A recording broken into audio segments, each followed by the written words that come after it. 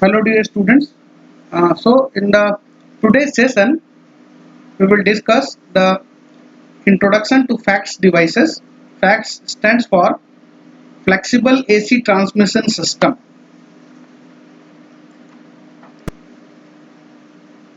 So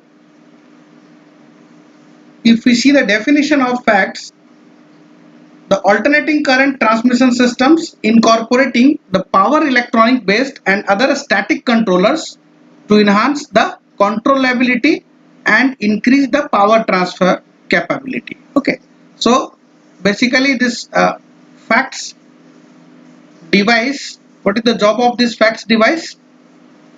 This is mostly a power electronic based controllers, okay, and which enhance the controllability of the system, and at the same time it increases the power transfer capability of the system.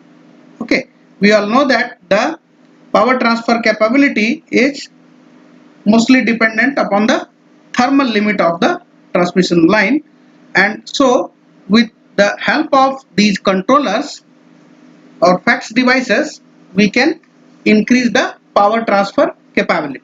Okay, so the fax technology opens up the new opportunities for controlling the power and enhancing the usable capacity of the present as well as new and upgraded lines. Okay, so fax devices enables us to enhance the usable capacity of the line. Okay, so if it is restricted by some thermal limit or any other constraint, then the fax technology enables us to enhance the power transfer capability. Okay, so the possibility that current through a line can be controlled at a reasonable cost enables a large potential of increasing the capacity of existing lines with larger conductors. Okay, so use of the fax device controllers enables the power to flow through such lines under normal as well as under the contingency conditions. Okay, so contingency conditions means under the abnormal conditions. Okay, if the conditions which are other than normal, okay, those are called the contingency conditions. So the types of fax controllers we will see now. So the fax controllers can be divided into four categories, that is the series controllers, shunt controllers, combined series controllers and combined series shunt controllers. Okay, so we'll see them one by one. So what are the series controllers? Okay, so the series controller could be a variable impedance such as a capacitor, reactor, etc., or a power electronics based variable source of main frequency, subsynchronous and harmonic frequencies to serve the desired need. Okay, so as you can see in this diagram, it is connected in series with the line. Okay, so depending upon its configuration, the connection, it is known as the series controller. Okay, so it can be anything. It can be a variable impedance such as the capacitor reactor, or it can be a power electronics based variable source. Okay, that we will discuss later on when we will be discussing it in detail. So it can be anything which is connected in series with the line. All the series controllers inject voltage in series with the line. Okay, so what is the job of the series controllers? They inject the voltage in series with the line in order to provide compensation, and even a variable impedance multiplied by the current flow through it represents an injected series voltage in the line. Okay, so see, if their impedance is variable, okay, and let's say some amount of current is flowing through this line, then what will happen? The voltage will also be variable. Okay, so because the voltage is equals to, it is proportional to the current and impedance, so it will be equal to I into Z. So obviously if it is a variable impedance, let's say, okay, so we can inject some voltage in it in series because it is connected in series. Okay, so in this way the series controllers work. Now as long as the voltage is in phase quadrature with the line current, the series controller only supplies or consumes variable reactive power. Okay, so in the first session we had discussed that for the job of compensating device is to supply or consume the reactive power as per the requirement. Okay, so as long as the voltage is in phase quadrature with the line current, the series controller only supplies or consumes variable reactive power. Okay, so any other phase relationship will involve the handling of real power as well. Okay, so in case if it is in quadrature, then the job of series controller will only be to supply or consume the variable reactive power, and if there is any other phase relationship, then the handling of real power is also required. Now let us discuss the shunt controllers. As the name suggests, the previous one was series controller and it was connected in series with the line. Now this is shunt controller. So as the name suggests, it is connected in parallel to the line. Okay, so or in shunt connection you can say. As in the case of series controllers, the shunt controllers may be also be a variable impedance, a variable source, or a combination of these. Okay, now all the shunt controllers inject current into the system at a point of connection. Let's say it is connected at this point with the line, then the shunt controller, the job of this shunt controller will be what? It will inject the current into the system. Okay, the previous one was injecting voltage and this one is the shunt controllers. The job of shunt controller is to inject current into the system at the point of connection. So even a variable shunt impedance connected to the line voltage causes a variable current flow and hence represents injection of current into the line.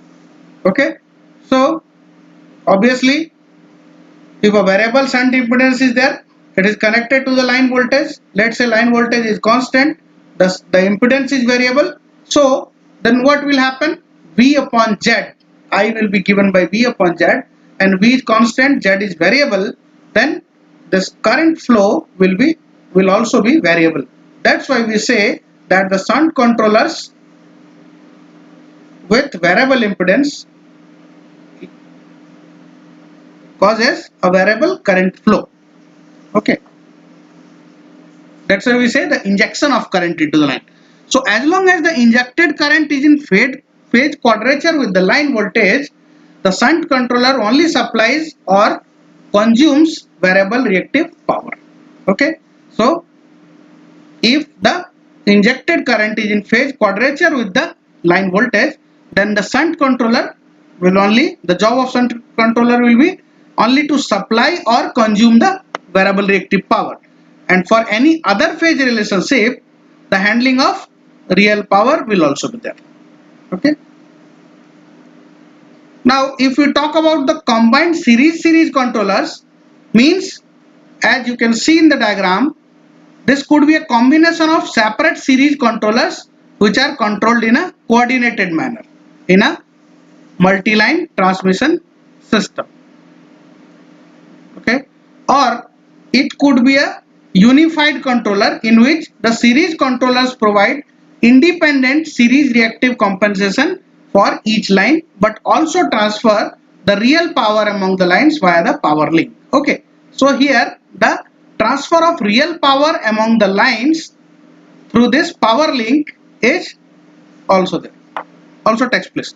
So the real power transfer capability of the unified series to series controller is referred to as interline power flow controller, which makes it possible to balance both the real and reactive power flow in the lines. Okay, and thus maximize the utilization of the transmission system.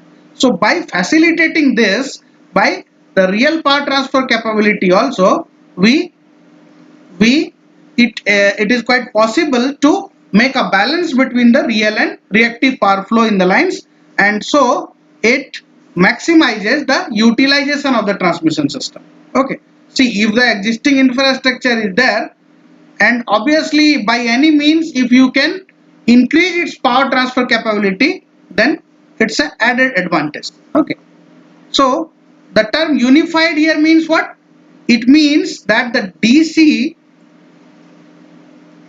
the terminals of all the controller converters are connected together for the real power transfer. Okay, now the combined series shunt controllers, this could be a combination of separate shunt and series controllers which are controlled in a coordinated manner.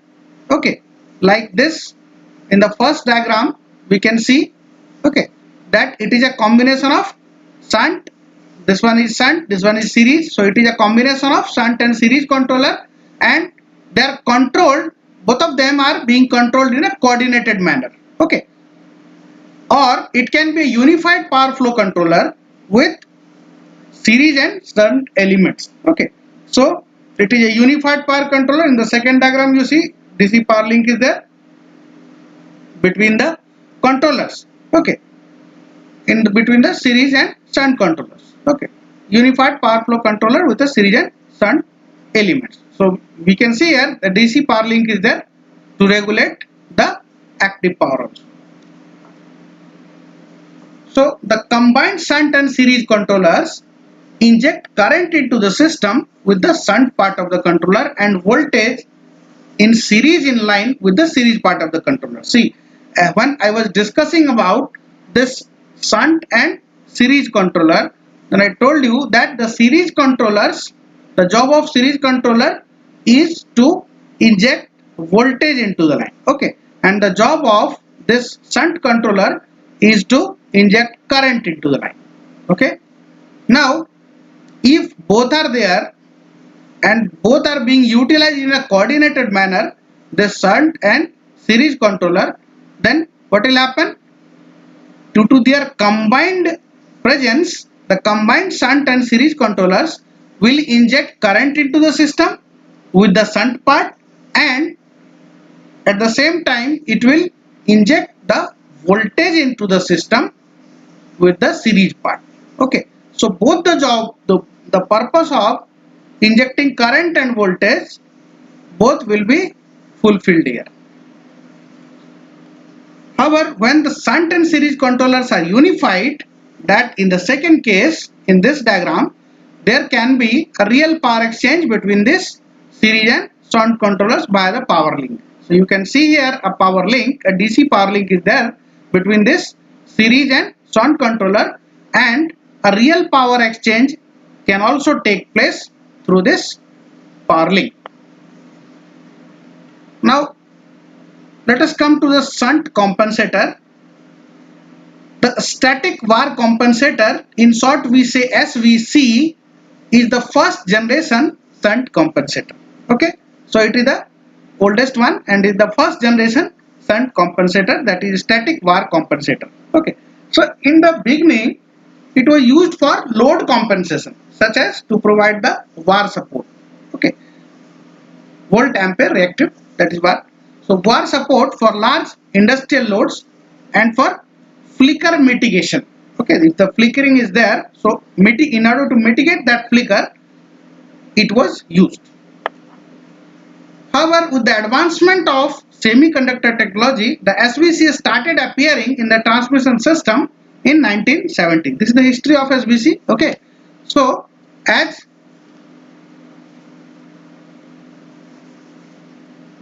there was advancement of the semiconductor technology, by the time the SVC started appearing in the transmission system as well.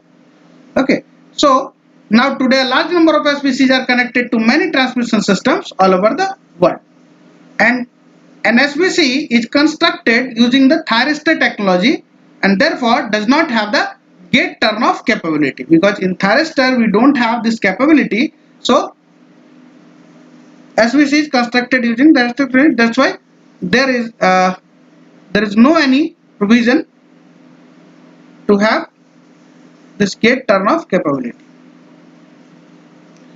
Now, with the advancement in the power electronic technology, the application of gate turn off thyristor to high power application became commercially feasible. Okay, so gradually, as the power electronic technology, the advancement in the power electronic technology came into existence, then this gate turn off thyristors also got application in high power applications, and this was commercially feasible. Okay, so with this, the second generation shunt compensator device was conceptualized and constructed. Okay, so after this, the second generation shunt compensation device came into picture, and these devices used synchronous voltage sources for generating or absorbing the reactive power. Okay, so what was uh, the significance of these devices? That they used synchronous voltage sources, okay, for the generation of reactive power in case of the demand of reactive power, and absorbing reactive power when the generated reactive power was in excess. Okay, so the synchronous voltage source SVS is constructed using a voltage source converter, and such a shunt compensating device is called the static compensator or STATCOM. Okay, so this synchronous voltage source is constructed using the voltage source converter. Okay, and such compensating device is called, that was named as the static compensator or STATCOM. So STATCOM usually contains an SVS that is driven from a DC storage capacitor, and the SVS is connected to the AC system bus through an interface transformer. Okay, so it is being driven from the storage capacitor, DC storage capacitor, and SVS is connected to the AC system bus. Okay, and there is a interface transformer to connect them. So the transformer steps the AC system voltage down such that the voltage rating of the SVS switches are within the specified limit. So for what purpose this transformer is used? It steps down the voltage to such limit which is specified for this SVS switches. Okay, as per the voltage rating of the SVS switches. So further, the leakage reactance of the transformer plays a very significant role in the operation of STATCOM. Okay. Now, like the SVC, a thyristor controlled series compensator, which is a thyristor based series compensator that connects a thyristor controlled reactor in parallel with a fixed capacity. Okay, so that is TCSC.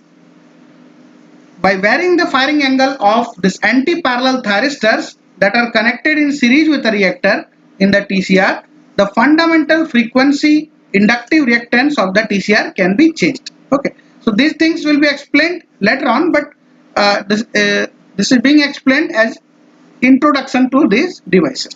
Okay, so this affects a change in the reactance of the TCSC, and it can be controlled to produce either the inductive or capacitive reactance. Okay, so and alternatively a static synchronous series compensator or triple SC can be used for the series compensation. Okay, so and triple SC is an SVS based all GTO based device which contains a voltage source converter, and that voltage source converter is driven by a DC capacitor. The input is DC. The output of the VSC is connected to a three-phase transformer, and the other end of the transformer is connected in series with the transmission line. Okay, so unlike the TCSC, what is there with this triple SC? It changes the impedance of the line, and triple SC injects a voltage in the line in quadrature with the line current. Okay, so in TCSC what was happening? It was changing the impedance of the line. Okay, now this triple SC injects a voltage in the line in quadrature with the line current. Okay, so by making the triple SC voltage to lead or lag the line current by 90 degree, the triple SC can emulate the behavior of an inductance or capacitance. Okay, now the ideal shunt compensator. Okay, so why this ideal shunt compensator is used?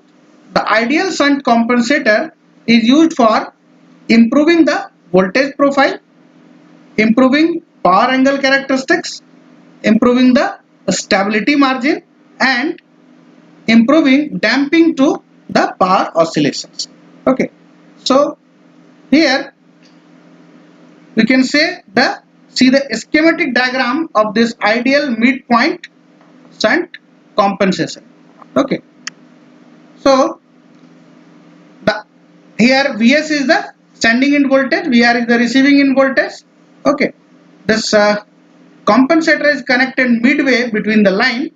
Okay, and this ideal shunt compensator is considered an ideal current source. Okay, so this current source, this ideal current source is representing this ideal shunt compensator, which is connected exactly midway between the lines. Okay, so that's why the line, the reactance can be divided Jx by 2 at the sending end and Jx by 2 the receiving end.